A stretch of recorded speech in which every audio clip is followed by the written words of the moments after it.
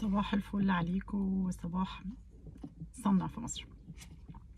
تكملة بقى في الحتة برضو القطاع الغذائي، وبما اننا اتكلمنا المرة اللي فاتت على فكرة الفود كوتينج والانجريدينتس بتاعته والتوابل والكلام ده كله.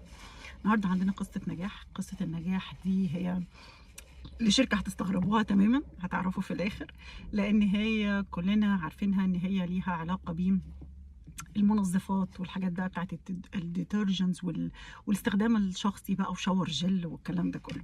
بس الشركة دي عندها باع كبير جدا في القطاع الغذائي، وبتشتغل في السيكتور اللي هو بيزنس تو بيزنس او بي تو بي.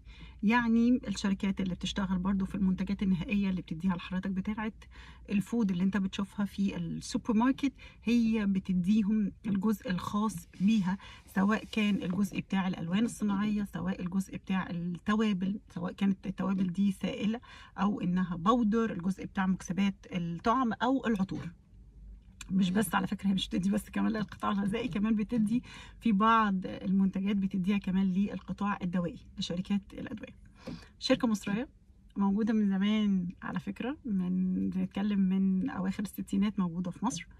الشركة دي قدرت تعمل نجاح، ان هي تبقى عندها اكتر من 320 منتج بيتمركزوا في الاربع عائلات دول، مكسبات الطعم بقى والتوابل والالوان والزيوت، كل الكلام ده كله. مش بس انها تديهم للسوق المصري، لا، ان احنا نصدرهم.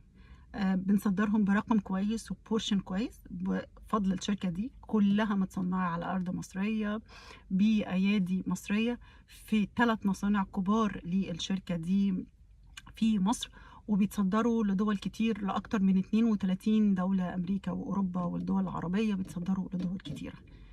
تحية اللي بيعمل اد فاليو، تحية اللي بيوصل المنتج المصري ويعمل له مكانة ما كانتش موجودة قبل كده، وبيعمل اد فاليو، عنده اد فاليو قوية جدا في الار ان دي عشان يقدر يعمل الاكتر من ال 320 منتج دول، ان هو يقدر يعملهم. فعنده ار ان دي قوية في كل فئة منهم بشكل قوي عشان يقدر يعمل المنتجات دي ويخاطب كل شركة، وكل شركة بتتعامل معاه، وكل منتج هيتعامل ازاي نديله المنتج المناسب ليه. تحية لشركة كامينا اللي كلنا عارفينها انها منظفات، بس طلعت هي ليها باع كبير في القطاع الغذائي. وتحية لصنع في مصر، وتحية لكل اللي بيعمل اد فاليو. وصباح الفل عليكم وصباح صنع في مصر.